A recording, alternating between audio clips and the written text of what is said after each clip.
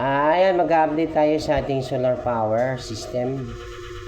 Nakaisang buwan na, may bill na tayo ng kuryente.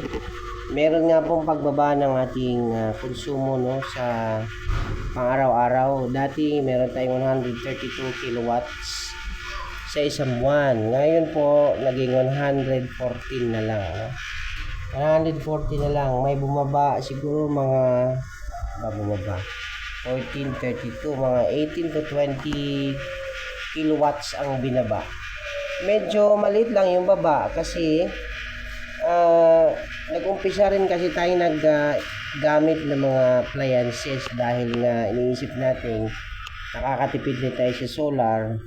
Then yung ating mga appliances minsan na isasaksak na wala ng araw, lalo na yung mga makulimlim na mga panahon.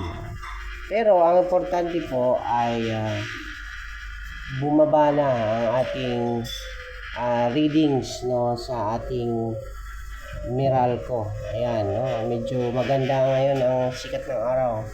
19 watts na lang, maraming appliances. May mga electric fan na gumagana, may mga exhaust fan na gumagana. Yung TV naka-mute lang, no.